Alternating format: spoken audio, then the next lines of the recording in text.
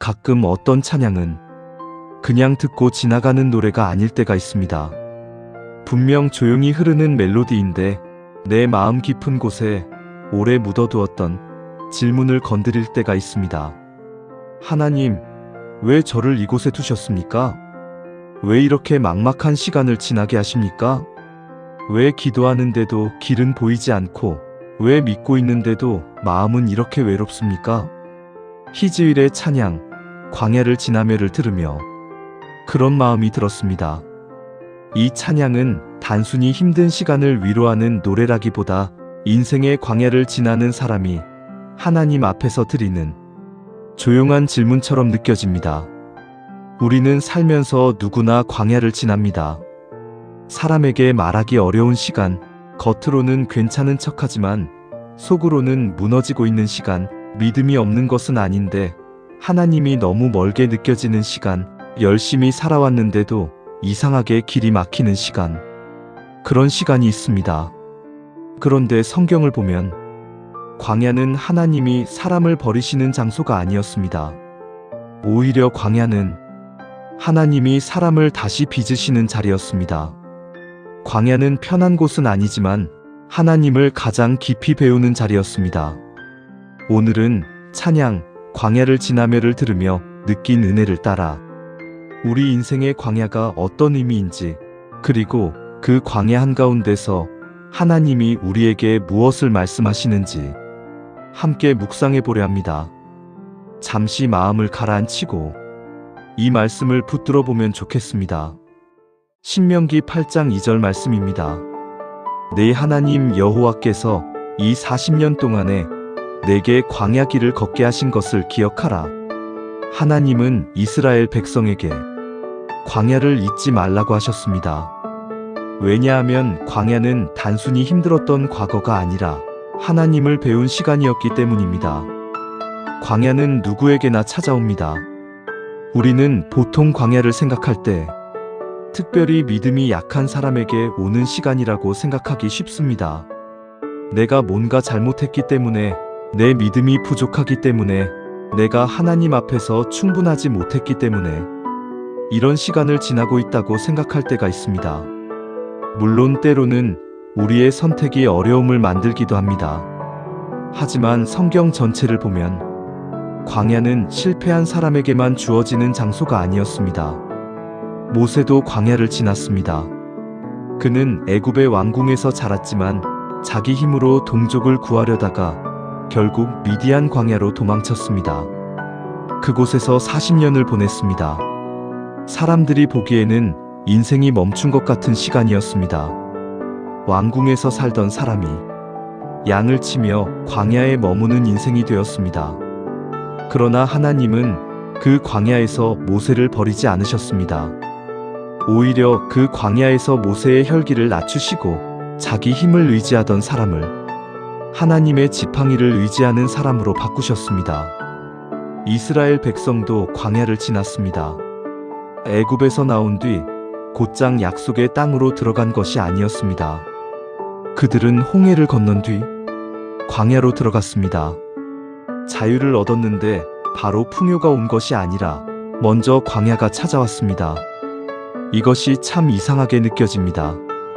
하나님이 정말 사랑하신다면 왜 바로 좋은 땅으로 인도하지 않으셨을까요? 왜 젖과 꿀이 흐르는 땅으로 곧장 데려가지 않으시고 물이 없고 먹을 것이 부족한 광야를 지나게 하셨을까요? 성경은 그 이유를 이렇게 말합니다. 신명기 8장 2절입니다. 이는 너를 낮추시며 너를 시험하사 내 마음이 어떠한지 그 명령을 지키는지 지키지 않는지 알려 하심이라. 광야는 하나님이 몰라서 시험하신 자리가 아닙니다. 하나님은 이미 우리 마음을 아십니다. 광야는 우리가 우리 자신을 알게 되는 자리입니다. 내가 무엇을 붙들고 살았는지, 내가 정말 하나님을 의지하고 있었는지, 아니면 하나님이 주신 것들을 하나님보다 더 의지하고 있었는지 드러나는 자리입니다. 예수님도 광야에 계셨습니다. 공생애를 시작하시기 전 성령께 이끌려 광야로 가셨습니다. 그곳에서 40일을 금식하시고 시험을 받으셨습니다. 생각해보면 이것은 매우 중요한 장면입니다. 하나님의 아들이신 예수님도 광야를 지나셨습니다. 그러므로 우리가 광야를 지난다고 해서 하나님께 버림받은 것은 아닙니다. 광야는 믿음이 없는 사람만 가는 곳이 아닙니다. 오히려 하나님이 사랑하시는 사람도 광야를 지납니다. 하나님이 부르신 사람도 광야를 지납니다. 하나님이 쓰실 사람도 광야를 지납니다. 그러니 지금 내 삶이 광야 같다고 해서 너무 빨리 결론 내리지 않았으면 좋겠습니다. 하나님이 나를 떠나셨나 보다. 내 인생은 실패했나 보다. 나는 더 이상 쓰임 받을 수 없나 보다. 그렇게 단정하지 않았으면 좋겠습니다. 성경의 사람들은 광야에서 끝난 것이 아니라 광야를 지나며 하나님을 더 깊이 만났습니다. 광야가 힘든 이유는 아무것도 없기 때문입니다. 광야가 힘든 이유는 단순합니다. 거기에는 우리가 기대하는 것이 없습니다. 편안함이 없습니다. 넉넉함이 없습니다. 사람의 인정도 없습니다.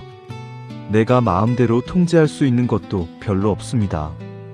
광야는 나를 붙들어 주던 것들이 하나씩 사라지는 자리입니다. 그래서 광야는 외롭습니다.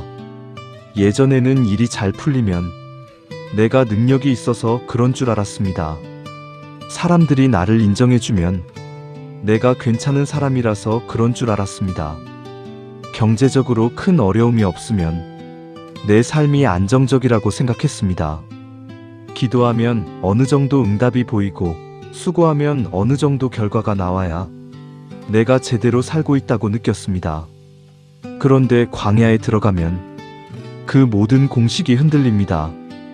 열심히 했는데 결과가 없습니다. 기도했는데 문이 열리지 않습니다. 사람에게 기대했는데 오히려 상처를 받습니다. 내가 붙들던 안전장치들이 하나씩 사라지는 것 같습니다. 그래서 광야에서는 마음속 깊은 곳에서 질문이 올라옵니다. 하나님, 도대체 왜입니까? 제가 뭘 그렇게 잘못했습니까? 언제까지 이 시간을 지나야 합니까? 이 질문은 믿음이 없어서 나오는 질문만은 아닙니다. 오히려 하나님을 믿기 때문에 나오는 질문입니다. 하나님을 모르는 사람은 하나님께 묻지 않습니다. 하나님을 믿기 때문에 하나님께 묻는 것입니다. 주님, 왜 저를 이 길로 인도하십니까? 주님, 이 시간에도 정말 저와 함께 계십니까? 찬양, 광야를 지나며가 마음을 울리는 이유도 여기에 있는 것 같습니다. 그 찬양 안에는 믿음 좋은 척하는 말이 아니라 광야 한복판에서 하나님께 묻는 사람의 진심이 느껴집니다. 고통을 모른 척하지 않습니다. 외로움을 포장하지 않습니다. 막막함을 쉽게 해석하지 않습니다. 하지만 그 질문 속에서도 하나님을 놓지 않으려는 마음이 있습니다. 그것이 은혜입니다. 믿음은 아무 질문도 하지 않는 것이 아닙니다. 믿음은 질문 속에서도 하나님을 떠나지 않는 것입니다. 이해되지 않아도 하나님 앞에 머무는 것입니다. 답이 보이지 않아도 하나님께 묻는 것입니다. 무너질 것 같아도 마지막에는 주님을 바라보는 것입니다. 광야는 하나님 외의 것들이 내려놓아지는 자리입니다. 하나님은 왜 우리를 광야로 인도하실까요? 신명기 8장 3절은 이렇게 말합니다. 너를 낮추시며 너를 줄이게 하시며 또 너도 알지 못하며 내 조상들도 알지 못하던 만나를 내게 먹이신 것은 사람이 떡으로만 사는 것이 아니요 여호와의 입에서 나오는 모든 말씀으로 사는 줄을 네가 알게 하려 하심이니라. 이 말씀에서 중요한 표현은 알게 하려 하심이라입니다.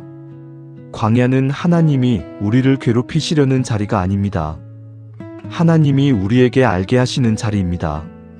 사람이 떡으로만 사는 것이 아니라는 것, 사람이 돈으로만 사는 것이 아니라는 것, 사람이 인정으로만 사는 것이 아니라는 것, 사람이 성과로만 사는 것이 아니라는 것, 사람이 자기 계획대로만 사는 것이 아니라는 것, 사람은 하나님의 말씀으로 산다는 것.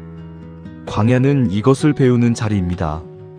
우리는 평안할 때 하나님을 의지한다고 말합니다.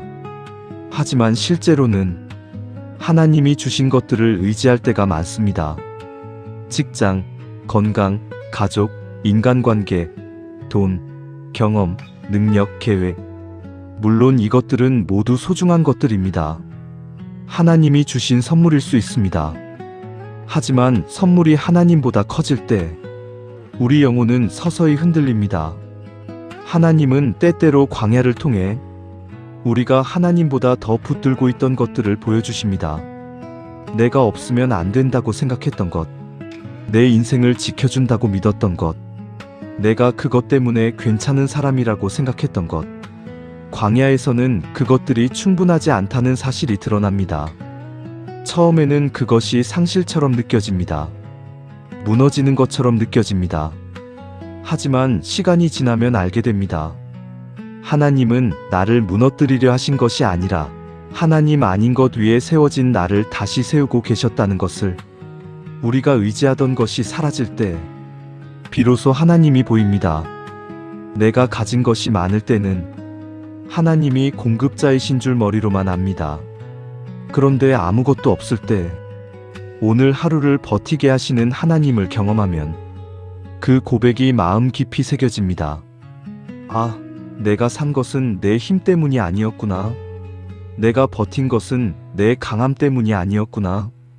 하나님이 나를 붙들고 계셨구나. 광야는 그렇게 고백이 바뀌는 자리입니다. 하나님은 광야에서도 공급하십니다. 이스라엘 백성이 광야를 지날 때 가장 먼저 마주한 문제는 먹을 것과 마실 것이었습니다. 광야는 현실적인 장소입니다. 영적인 의미만 있는 곳이 아닙니다. 배고픔이 있고 목마름이 있고 피곤함이 있습니다. 우리 인생의 광야도 그렇습니다. 마음만 힘든 것이 아닙니다. 생활이 흔들립니다. 관계가 흔들립니다. 몸이 지칩니다. 미래가 불안합니다. 그래서 우리는 하나님께 아주 현실적인 기도를 드리게 됩니다. 주님, 오늘을 버티게 해주세요. 주님, 이 문제를 해결할 길을 열어주세요. 주님, 제 마음이 무너지지 않게 해주세요. 하나님은 이스라엘에게 하늘에서 만나를 내려주셨습니다. 매일 필요한 만큼의 양식을 주셨습니다. 그런데 하나님은 한꺼번에 1년치를 주지 않으셨습니다. 매일 아침마다 거두게 하셨습니다. 이것은 단순한 식량 공급이 아니라 믿음의 훈련이었습니다. 오늘 주신 하나님을 믿고 내일도 주실 하나님을 신뢰하는 훈련이었습니다. 우리는 가능하면 모든 문제가 한꺼번에 해결되기를 원합니다. 앞으로의 길이 한눈에 보이기를 원합니다. 불안하지 않도록 미리 충분히 확보되기를 원합니다. 하지만 하나님은 때때로 하루치 은혜로 우리를 살게 하십니다. 오늘 견딜 힘, 오늘 필요한 위로, 오늘 넘어지지 않을 만큼의 은혜, 오늘 다시 기도할 수 있는 마음. 이것이 광야에서 주어지는 만나입니다. 처음에는 답답합니다. 하나님, 왜 조금만 주십니까? 왜 한 번에 해결해 주지 않으십니까? 왜 내일도 걱정하게 하십니까? 하지만 시간이 지나면 그 매일의 은혜가 우리를 살렸다는 것을 알게 됩니다. 하나님은 광야에서 우리를 굶기지 않으십니다. 다만 우리가 원하는 방식과 속도와 크기로만 공급하지 않으실 뿐입니다. 하나님은 필요한 때에 필요한 것을 주십니다. 때로는 물질로 공급하시고, 때로는 사람을 통해 공급하시고, 때로는 말씀으로 공급하시고, 때로는 설명할 수 없는 평안으로 공급하십니다. 중요한 것은 이것입니다. 광야에는 아무것도 없는 것 같지만 하나님은 거기서도 일하고 계십니다. 사람이 보기에는 길이 없는데 하나님은 구름 기둥과 불 기둥으로 인도하셨습니다. 사람이 보기에는 먹을 것이 없는데 하나님은 만나와 메추라기를 주셨습니다. 사람이 보기에는 마실 물이 없는데 하나님은 반석에서 물을 내셨습니다. 광야는 결핍의 장소였지만 하나님의 공급이 드러난 장소이기도 했습니다. 그러므로 지금 내 삶이 광야 같아도 이 고백을 놓치지 않았으면 좋겠습니다. 하나님은 여기서도 나를 먹이신다. 하나님은 여기서도 나를 이끄신다. 하나님은 여기서도 나를 버리지 않으신다. 광야에서 가장 깊이 배우는 것은 동행입니다. 우리는 광야를 지날 때 가장 많이 이런 기도를 합니다. 하나님, 이 광야를 빨리 끝내주세요. 물론 그 기도는 너무나 자연스러운 기도입니다. 힘든 시간이 빨리 지나가기를 바라는 것은 당연합니다.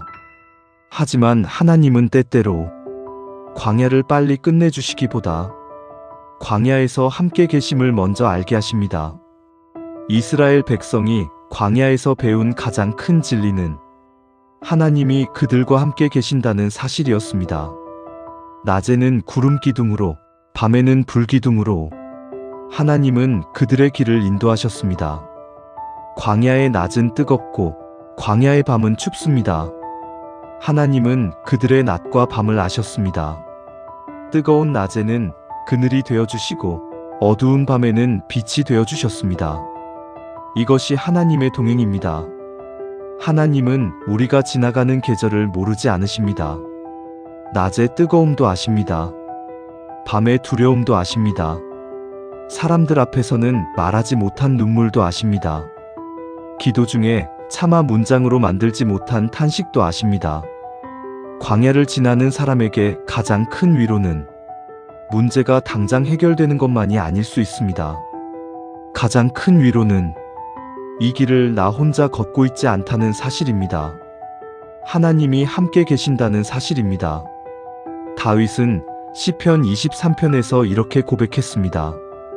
내가 사망의 음침한 골짜기로 다닐지라도 해를 두려워하지 않을 것은 주께서 나와 함께 하심이라. 다윗은 골짜기가 없다고 말하지 않았습니다. 어두운 길이 없다고 말하지 않았습니다. 다만 그 길에서 두려움이 전부가 될 수 없는 이유를 고백했습니다. 주께서 나와 함께 하심이라. 광야를 지나며 우리가 붙들어야 할 고백도 이것입니다. 주님이 나와 함께 하신다. 내가 느끼지 못해도, 내가 확신하지 못해도, 내 상황이 아직 바뀌지 않았어도 하나님은 나를 떠나지 않으십니다. 믿음은 상황이 좋아졌기 때문에 생기는 것이 아닙니다. 믿음은 상황이 아직 그대로일 때도 하나님의 동행을 붙드는 것입니다. 광야는 끝이 아니라 통과하는 길입니다. 광야를 지날 때 우리가 가장 두려워하는 것은 이 시간이 영원히 계속될 것 같은 느낌입니다. 지금의 막막함이 끝나지 않을 것 같고, 지금의 외로움이 평생 이어질 것 같고, 지금의 상처가 내 인생 전체를 결정할 것 같습니다. 하지만 성경에서 광야는 목적지가 아니었습니다. 광야는 지나가는 길이었습니다. 이스라엘의 목적지는 광야가 아니라 약속의 땅이었습니다. 하나님은 그들을 광야에 가두신 것이 아니라 광야를 통과하게 하셨습니다. 물론 그 길은 생각보다 길었습니다. 때로는 그들의 불순종 때문에 지연되기도 했습니다. 하지만 하나님의 본래 뜻은 광야에 머물게 하는 것이 아니라 하나님을 알고 약속의 땅으로 들어가게 하는 것이었습니다. 우리 인생의 광야도 마찬가지입니다. 지금 이 시간이 내 인생의 전부가 아닙니다. 지금 이 실패가 내 정체성의 전부가 아닙니다. 지금 이 외로움이 내 믿음의 결론이 아닙니다. 지금 이 눈물이 내 삶의 마지막 문장이 아닙니다. 하나님은 광야에서도 일하시고 광야 이후에도 일하십니다. 중요한 것은 광야를 지나며 내가 어떤 사람이 되어가고 있는가입니다. 광야는 우리에게 질문합니다. 너는 무엇으로 사느냐? 너는 무엇을 가장 의지하느냐? 너는 하나님이 주신 것이 사라져도 하나님을 붙들 수 있느냐? 너는 길이 보이지 않을 때도 하나님의 선하심을 믿을 수 있느냐? 이 질문 앞에서 우리는 흔들립니다. 하지만 그 흔들림 속에서 믿음은 깊어집니다. 믿음은 늘 강한 모습으로만 자라지 않습니다. 때로는 울면서 자랍니다. 때로는 질문하면서 자랍니다. 때로는 아무것도 할 수 없어. 그저 하나님 이름만 부르며 자랍니다. 그래도 괜찮습니다. 하나님은 완벽한 사람만 인도하시는 분이 아닙니다. 하나님은 흔들리는 사람도 붙드십니다. 하나님은 지친 사람도 안아주십니다. 하나님은 광야에서 넘어지는 사람을 다시 일으키십니다. 오늘 광야를 지나는 사람에게 혹시 지금 마음속으로 이런 생각을 하고 계십니까? 나는 너무 지쳤다. 기도할 힘도 없다. 하나님이 나를 잊으신 것 같다. 나는 어디로 가고 있는지 모르겠다. 그렇다면 오늘 이 한 가지를 꼭 기억했으면 좋겠습니다. 광야는 하나님이 안 계신 곳이 아닙니다. 광야는 하나님이 숨어 계신 곳도 아닙니다. 광야는 오히려 하나님이 우리 가까이에서 가장 세밀하게 돌보시는 자리일 수 있습니다. 다만 광야에서는 그 돌보심이 우리가 기대한 방식으로 보이지 않을 때가 많습니다. 우리는 큰 기적을 원하지만 하나님은 하루치 은혜를 주십니다. 우리는 빠른 탈출을 원하지만 하나님은 깊은 동행을 가르치십니다. 우리는 상황의 변화를 원하지만 하나님은 먼저 우리의 마음을 붙드십니다. 우리는 길 전체를 보여달라고 하지만 하나님은 오늘 걸을 한 걸음을 비추십니다. 그 한 걸음이 작아 보여도 괜찮습니다. 광야에서는 한 걸음이 믿음입니다. 오늘 무너지지 않은 것, 오늘 하나님을 원망하면서도 떠나지 않은 것, 오늘 다시 말씀을 붙들어 보려 한 것, 오늘 겨우 기도 한마디를 드린 것, 그것도 믿음입니다. 하나님은 그 작은 믿음을 귀하게 보십니다. 그러니 너무 자신을 정죄하지 않았으면 좋겠습니다. 광야에서 힘들어하는 자신을 믿음 없는 사람이라고 몰아붙이지 않았으면 좋겠습니다. 엘리야도 지쳐 쓰러졌습니다. 다윗도 깊은 탄식을 했습니다. 예레미야도 눈물로 하나님께 호소했습니다. 믿음의 사람들도 울었습니다. 믿음의 사람들도 지쳤습니다. 믿음의 사람들도 하나님께 질문했습니다. 그러나 그들은 결국 하나님 앞에 있었습니다. 그것이 믿음입니다. 답을 다 알지 못해도 하나님 앞에 머무는 것, 눈물이 멈추지 않아도 하나님 이름을 부르는 것, 길이 보이지 않아도 주님 손을 놓지 않는 것, 광야에서 드리는 고백, 찬양, 광야를 지나며가 은혜롭게 느껴지는 이유는 우리 안에 진짜 마음을 대신 고백해주기 때문일 것입니다. 우리는 늘 강한 척하며 살지만 사실 마음속 깊은 곳에는 이런 고백이 있습니다. 주님, 저는 약합니다. 주님, 저는 두렵습니다. 주님, 저는 길을 모릅니다. 주님, 하지만 주님을 놓고 싶지는 않습니다. 어쩌면 하나님은 광야에서 바로 이 고백을 듣고 싶어 하시는지도 모릅니다. 내가 괜찮다고 말하는 고백이 아니라 내가 약하다고 인정하는 고백. 내가 할 수 있다고 말하는 고백이 아니라 주님 없이는 살 수 없다고 고백하는 마음. 그 고백이 광야에서 나옵니다. 그래서 광야는 아프지만 귀합니다. 광야는 외롭지만 깊습니다. 광야는 피하고 싶은 자리이지만 때로는 우리 믿음이 가장 진실해지는 자리입니다. 평안할 때는 몰랐던 하나님을 광야에서 알게 됩니다. 풍요로울 때는 몰랐던 은혜를 결핍 속에서 깨닫게 됩니다. 사람이 많을 때는 몰랐던 하나님의 위로를 혼자 남겨진 자리에서 경험하게 됩니다. 그래서 언젠가 시간이 지나면 우리는 광야를 이렇게 고백하게 될지도 모릅니다. 그때는 너무 힘들었지만 하나님은 그곳에서도 나와 함께 하셨다. 그때는 버려진 줄 알았지만 사실은 하나님이 나를 새롭게 빚고 계셨다. 그때는 끝이라고 생각했지만 하나님은 그 시간을 통해 나를 더 깊은 믿음으로 이끄셨다. 오늘 이 영상을 듣고 계신 분들 중에도 각자의 광야를 지나고 있는 분들이 계실 것입니다. 가정의 광야를 지나는 분도 있을 것입니다. 직장의 광야를 지나는 분도 있을 것입니다. 관계의 광야, 건강의 광야, 경제적인 광야, 혹은 설명할 수 없는 마음의 광야를 지나는 분도 있을 것입니다. 겉으로는 아무렇지 않아 보이지만 속으로는 매일 버티고 있는 분도 있을 것입니다. 그런 분들에게 오늘 이 말씀을 전하고 싶습니다. 당신은 버려진 것이 아닙니다. 당신은 혼자가 아닙니다. 하나님은 그 광야에서도 당신과 함께 걷고 계십니다. 지금은 길이 보이지 않아도 하나님이 길을 잃으신 것은 아닙니다. 지금은 응답이 늦어지는 것 같아도 하나님이 침묵 속에서 일하지 않으시는 것은 아닙니다. 지금은 아무것도 없는 것 같아도 하나님은 오늘 필요한 은혜를 준비하고 계십니다. 광야는 끝이 아닙니다. 광야는 지나가는 길입니다. 그리고 그 길 위에서 하나님은 우리에게 말씀하십니다. 내가 너를 떠나지 않았다. 내가 너를 버리지 않았다. 내가 너와 함께 걷고 있다. 오늘 우리의 고백이 이렇게 되기를 바랍니다. 주님, 이 광야가 아직 끝나지 않았어도 주님이 함께 하신다면 저는 다시 걸어가겠습니다.